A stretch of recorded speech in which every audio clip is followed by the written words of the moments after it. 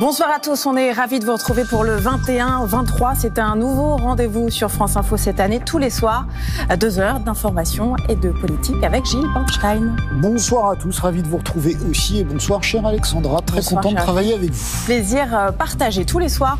On va vous proposer de revenir d'abord sur 2 grands thèmes de l'actualité et voici d'ailleurs les 2 thèmes qu'on a choisi de traiter ce soir. D'abord le pass sanitaire, 1,8 million de salariés ont dû le montrer ce matin pour aller bosser. Ça concerne uniquement ceux qui sont en contact avec le public. Comment ça s'est passé?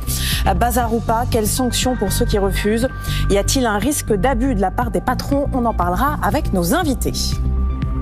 Et puis notre deuxième thème, c'est le thème de la rentrée politique. Elle ressemble à une lutte des places dans beaucoup de partis, un bal des égaux qui pourrait bien laisser un boulevard à Emmanuel Macron. Et puis, tous les soirs, à 22h, on reçoit bien sûr un invité politique. Oui, et ce soir, Philippe Juvin, médecin évidemment, urgentiste, chef des urgences de l'hôpital Georges Pompidou à Paris, c'est tout près d'ici, et évidemment membre des Républicains et candidat à la primaire des Républicains, si elle a lieu un jour. Philippe Juvin qui répondra aussi aux questions de nos observateurs citoyens.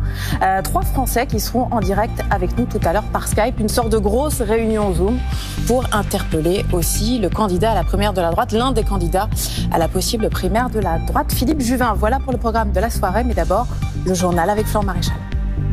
Et à la une ce soir, fini le quoi qu'il en coûte. Le gouvernement va désormais faire du sur-mesure pour aider les entreprises. Bruno Le Maire a annoncé ce matin la fin du fonds de solidarité aux entreprises dans 1 mois, le 30 septembre prochain. Le ministre estime que l'économie française se porte mieux.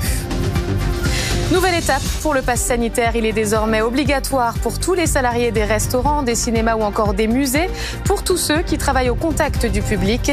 Il représente environ 1 800 000 Français. Alors comment les entreprises s'organisent? On vous explique dans un instant. Et puis la course contre la montre en Afghanistan après des tirs de roquettes ce matin autour de l'aéroport de Kaboul, revendiqués par le groupe État islamique. Le Conseil de sécurité de l'ONU se réunit en ce moment même en urgence. La France et la Grande-Bretagne réclament la création d'une zone protégée pour poursuivre les opérations humanitaires.